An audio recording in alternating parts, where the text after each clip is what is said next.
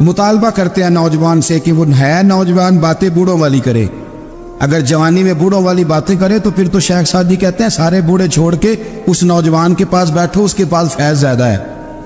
اگر ایسا ہو جائے, کیونکہ در جوانی توبہ کردن شیوائے پیغمبری, یہ تو اچھی بات ہے, لیکن میرے عزیز اگر ایسا نہ ہو, ایسا ممکن نہ ہو, تو پھر نوجوان کو آپ اس کی طبیعت کے مطابق ڈیل کریں. آپ اس کی سوچ دیکھیں, اس کا رویہ دیکھیں, اس سے پیار